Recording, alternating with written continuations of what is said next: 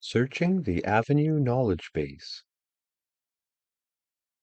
To begin, click on the Avenue Support tab anywhere on the site. Click on Request Support.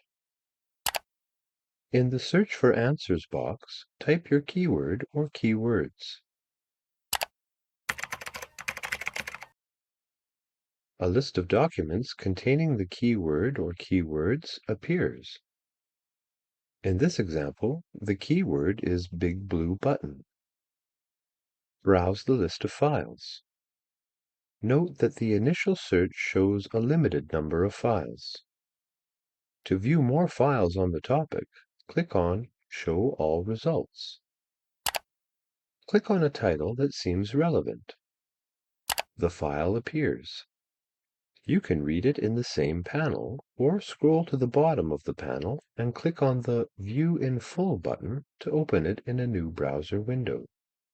If you are reading in the same panel, click on the Back button to return to the Request Support panel,